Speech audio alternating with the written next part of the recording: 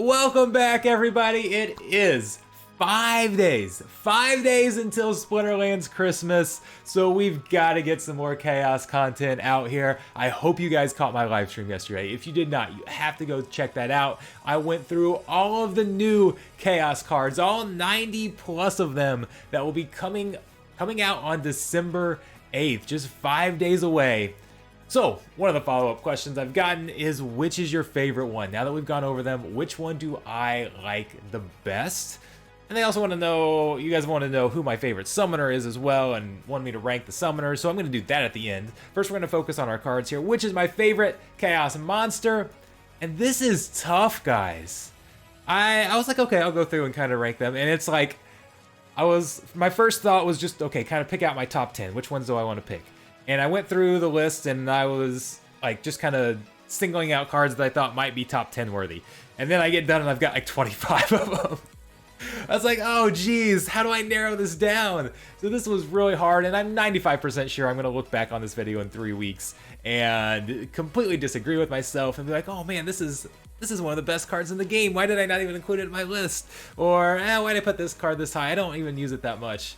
So who knows? It's hard, but just for fun, we're gonna rank these. Oh, and by the way, they've already changed about 6 cards or so. They've made some balance changes based on some of the testing. They've changed a few of the summoners even. So these are not final. They are subject to change. There probably will be a few minor changes between now and December 8th. They're not final until they are actually released. But again, we're gonna have some fun with it, jump in and take a look at what we've got right now. So we're gonna go from 10 to 1. I kind of ordered them in that way. I didn't get too caught up on, oh, this one should be 6 or 7 or what it is, but I kind of put them in that order. Let's go. First on the list is Queen Mycelia. This is an excellent support card. I've said that one of my, I think some of the most underrated abilities are Protect and Rust. Adding that armor and removing that armor.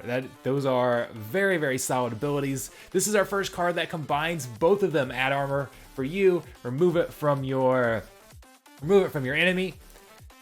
Has that amplify. Oh, amplify in the Splinter that has a Thorn summoner. This is gonna be like a must play with Mycelia. If you're running Mycelia, you've gotta run this. You've gotta run our little queen here. And then you've got Triage to heal. Well, I'll show you in just a second why I like that even more than normal with this Splinter, because we've got another card on the list that's going to pair very well with. And then you also get some decent damage when run with our new magic summoner. You can get 2 magic damage, and even if you're not just having some magic damage, the support by itself is worthy of the 4 mana. Any damage on top of it is just extra in my eyes. So I really, really like this card. Up next is one of my favorites. I honestly feel like I might be overrating this card a little bit, but those of you who have watched my stream know how much I like to use this phase ability. I like to get a monster up front and get them all sorts of dodge and allow them to dodge magic. I've done it with Jin Oshanis, I've done it with Almo. Void Dragon has the ability to take that to another level, because not only do we have the phase with decent speed, 5 speed, that's the same speed that Oshanis has, and we do it with him just fine. So, but now you add dodge, and now you add flying. So there's a 50% more, potentially 50% more dodge chance, depending on if the opponent has flying or not, but at least 25% more dodge chance. Although could flying actually hurt it? Because if somebody has a snare, it's going to be a guaranteed hit. I don't know. You never know there, but still, you're going to be able to put this Void Dragon in there and dodge everything. This is going to be maybe my favorite backline card for anti-sneak. You don't have a lot. You do have like Sandworm that has a snare, but in general, you're gonna have melee cards that there's not a ton of sneak with flying or that type of thing. It's gonna be hard to hit this card with sneak. Very, very hard to hit that card. Or you can stick it up front even and use it as a tank that way. So many ways to use it. I love using these dodge cards, so I had to slip this one in here. Had to. It's gonna be one of my favorites to use. All right, I said that we were going to use that, sorry, with our first card, having a triage in the Earth Splinter was going to be good. This is one reason why. We have a taunt that you can place in the back line that can still attack. That's going to be very, very nice. Oh, and it's got immunity, so you can't block its healing, which means if you put triage in, you're going to be able to heal this card up. The Earth Splinter has multiple sources of triage, so you can put this card in the back line. It can take a bunch of hits. You're not going to be able to block its healing or stun it or anything like that. Oh, it's got force field, so if you try to land a big hit on it, it's not going to do anything. Well, it's going to do 1 damage. And then you can use all those triage cards in the Earth Splinter and just keep healing it up. I feel like this is going to be a very, very, very solid tank. Yes, I said enough varies there, and I really like this card. So, all right, on to another one of my favorites here. This is a neutral card, so we'll be able to use it very frequently, and it's just a great support card. 3 mana, 4 abilities. You get repair, you get triage. Oh, you want some more triage for you want some more triage for our backline tanks? Because we've got 2 of them now, actually. There's a neutral card that you can add triage with. Add some repair as well. And again, those are 2 ways you can heal up a backline tank. Now, by default, our previous one didn't have any armor, but we've got ways to add that armor. We've got multiple ways to add that armor now. And then camouflage, you can't take it out. Slow is always good. I really like this one. Really like it a lot. All right, on to another one of my favorite cards. We saw this one in a leak before the live stream. And Blast plus Scattershot is epic. It is absolutely epic. It's also an epic card. Gem Meteor here. So you've got, for only 5 mana, you get 4 damage, 4 range damage, and then you get to do Blast, and you're very likely to hit a card in the middle. It's going to like ignore taunt, that type of thing. So you've got a high chance of hitting a card in the middle and damaging both sides. Oh, if you run it with a summoner that gives +1 range, now you can add 5 damage, which will do 3 blast damage on either side. I mean, you can get 11 damage per turn with a 5 mana card. I really, really like it. It might be a little unreliable because you can't predict where that target's going to be, but when you've got Blast, it's okay because you're damaging multiple targets, and it's a nice kind of AoE type damage. So I really like this card. Oh, and it's a neutral where you can play it with any Splinter. I know that was Scavo. These Scavos are quite nice. This one looks tailor-made for a Jotun team. What's one of the ways you counter a Jotun team? It's by adding extra armor to kind of help absorb some of those ranged blast. So trying to get more armor out there can be very helpful. That rust ability is very nice to block that, to eliminate that armor, or at least reduce it, so your blast damage can get to their health. Oh, slow cleanse. We're gonna reduce their magic ability as well with that, or magic damage with that silence. Those are all good abilities. 4 abilities on a 2 mana card. Oh, and it's got some health, a little bit of health with it too. So it's not like you can just instantly take it out. So a very, very solid card. I feel like this is going to be a good one to add to a Jotun squad, or any squad really, but a Jotun one as well. And our new summoner adds melee damage, right? So even if you're not running Jotun, if you're adding melee damage, melee hits through armor. So you want to try and remove that armor. So yeah, that rust is very nice. I've talked several times about how much I like that rust ability. So, all right, here's one of our cards that's already been nerfed, and I think rightfully so. I had it higher on the list. I was debating whether this was going to be number 1, and then they removed 1 magic damage. It now has 3 magic instead of 4, and that's a big deal, a very big deal. But I still thought it was worthy of the list. I still didn't want to drop it off. Ifrit Rising has our new ability. It's going to charge up, and then do 3 times damage every other turn. So doing 9 damage, especially again, if we're pairing it with Jotun, 9 magic damage with Blast, you've got a good shot to take out multiple characters there. Oh, just imagine using it when you've got like on a snipe rule set where you can target that at a snipe position. But it initially had 4, and then that'd be 12 damage, and that was just insane. Doing 12 damage every other turn with Blast was epic. But it's still a very, very solid card. I still like it even even after they've balanced it. I'm glad that they balanced it, because it was just a little too much with doing 12 damage a turn. All right, next up we have Celestial Harpy. This is one that it's just nice overall. We've got, again, a cheap mana card, which means you can play it very frequently. Okay, you're almost always going to be able to find a way to get 2 mana in. There's those, especially on those low mana rule sets, having 3 attack with opportunity for only 2 mana. Oh, and you've got decent speed to go with it. You've got flying. You can't miss. It's just, yeah, I mean, this is a card that's this is going to be a staple of low mana matches, I think. And you're even going to be able to use it in higher mana matches, and it's going to give you, getting that much damage out of 2 mana and having opportunity there is going to give you the freedom to use higher mana cards in some of your more mid mana battles. So I feel like this is going to be a very common card to use, and I like it quite a bit. Wave Brood. All right, on to a card that I considered putting number 1. This is another taunt. Another taunt for the Water Splinter. Water Splinter actually already has one in Kraken, but we're losing it in modern format. It's an older card. So we've got another taunt that can attack from the back line. I really, really like this. Oh, it can heal itself. It can still attack if you want to put it at the front line. It's got Void and Return Fire, which is nice because if you put a taunt, you can put this tank in a back line, and most of those hits that can target the back line are going to be magic, which is going to hit the Void. They're going to be ranged attacks, which are going to hit that Return Fire, and then you're going to avoid some of, like, if you've got a big melee attacker out there in the first line, it can avoid that, and you can kind of spread that damage out, which is typically a good thing.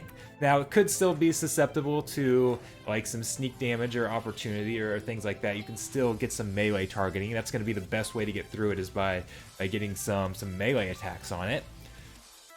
But it can still heal itself. Again, if this is going to be an outstanding tank in your rule sets where you can't use melee, right? If melee's banned, oh, if you want to put a good tank up front, still you can use your taunt. I mean, you can still put it in the back.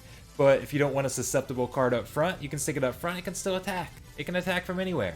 So this is an outstanding tank, and it's gonna be one of my favorite cards. And yeah, we had the Kraken before on the Water Splinter, but this one's a little cheaper at 8 mana. So a pretty solid, a pretty cheap card as far as mana cost for having a taunt and having all of these abilities. 8 mana is actually pretty cheap there, so I love this card. Absolutely love this card. This is gonna have to be one of the first ones that I get. But number 1 on my list, after lots of deliberation, I decided Tenu Striker here is my favorite Chaos card, or at least I think is one of the most powerful Chaos cards. And I don't know, I debated about what to put up here, but 7 speed, 5 attack for 5 mana, and then having sneak, and then having all these defensive abilities. This card is going to be very good pretty much anywhere. Like, you can, even though it's only got 6 health, you can put it up front and it's going to dodge a ton. You can put it in the back line and it's going to be a great anti-sneak card. You put it in the back line and it can be anti-sneak and it can get its own attack in. Oh, and the new fire summoner gives +1 melee attack and +1 health. So now, at the time I was making this, I also thought you were getting +1 speed instead, which would have made it a little faster, but still. Or you could use this, you could give this card flying, use like Bright and Bloom with it, and give this card flying, and give it all sorts of chances to dodge, and then it sends that, if you miss it, it returns that damage, gives you 2 damage back. So I absolutely love the card. I love the speed on it. The speed and damage combo is just so good, and allowing attack from a back line. I absolutely love this card. I don't know, does it deserve to be number 1? I think there was a lot of candidates for number 1. And who knows? I think a lot of people are going to disagree with this one. I honestly am a little biased towards the dodge cards. I love playing high-speed dodge cards. Those of you who see my live stream have seen me break that out. I talked about it before, how I like getting all those dodges in there. So maybe I'm a little biased towards a card like this, and I see how much fun I'm going to have playing with it, and then maybe that led to me ranking it number 1. But it's a solid card overall. I feel very, very confident saying that this is an outstanding card, and we're gonna love it. So that's my 10 cards.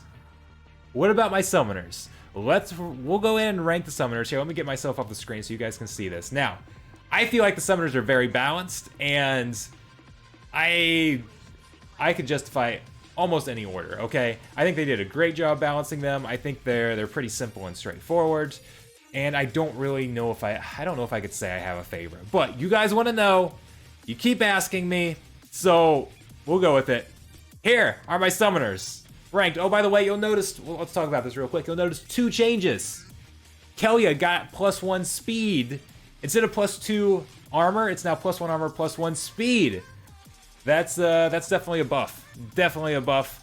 Tarsa there and got +1 speed taken away and replaced with +1 health. In my opinion, that's a little bit of a nerf, so there were some changes there. And again, none of these are finalized yet. They're all subject to change based on how, at least in somewhat, based on how they're performing on the test server. So keep that in mind. But number 1, I have Quix the Devious. Not necessarily, the stats are nice. -1 speed is going to be helpful almost all the time. I mean, you do have reverse speed, but that's always going to be solid. -1 range, sometimes it will help, sometimes it won't. But the bottom line is it also gives you the ability to play dragon cards, okay? And same mana cost as everybody else. The simple ability to play dragon cards is one of the most valuable things you have here. So dragon summoners are always going to have an advantage, and that's why I put that one number 1, mainly because of the dragon, the ability to play dragon cards. Dragons are so good, and there's some very nice ones out there. Very nice new ones out there. That's what I meant to say there. Okay, now there's nice old ones too, but Chaos added some pretty sweet ones. Kellya, I put Kellya number 2.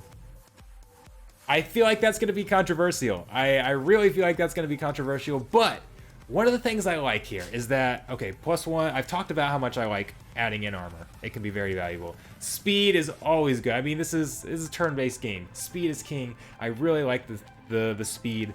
But one of the things I like about this, compared to any of the others, is that this gives you a lot more versatility.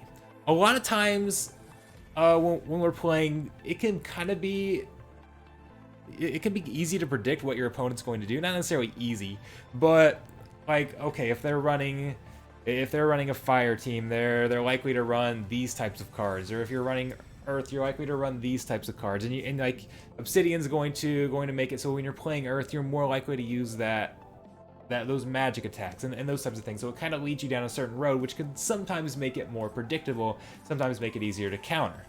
With Kellya, there's a wide variety of cards in the Water Splinter, especially when they're looking at the modern format. And this gives you the flexibility to go a ton of different ways. You can throw out a magic team, you can throw out a range team. I really like the opportunity cards that the Water Splinter has right now. There's some very good opportunity cards, and I see myself making an opportunity team out of that. But there's a lot of versatility there, and by having a versatile summoner, you don't have to feel like you're forced to, okay, I ran Tarsa, so I want to try and get as much melee in there as possible. I ran General Sloan, so I want to try and get as much range in as possible.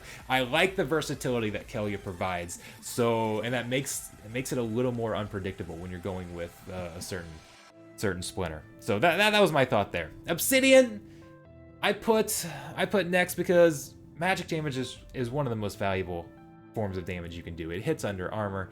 It's just very solid, and it can't miss, and it hits under armor. Those are the two advantages of magic. So magic is more valuable than melee. Is more valuable than ranged. So that's kind of one of the reasons, and provides something different that we haven't seen. We've got there are a solid number of magic earth cards that are going to really be able to take advantage of it. So I like the extra magic damage. Tarsa! Here, I can put myself back on the screen. We're through this. Tarsa! +1 melee, +1 health. Not quite as good as if it was +1 speed, but +1 health. Very solid. You've got lots of you've got lots of melee cards that are really good, including the one I ranked #1 overall.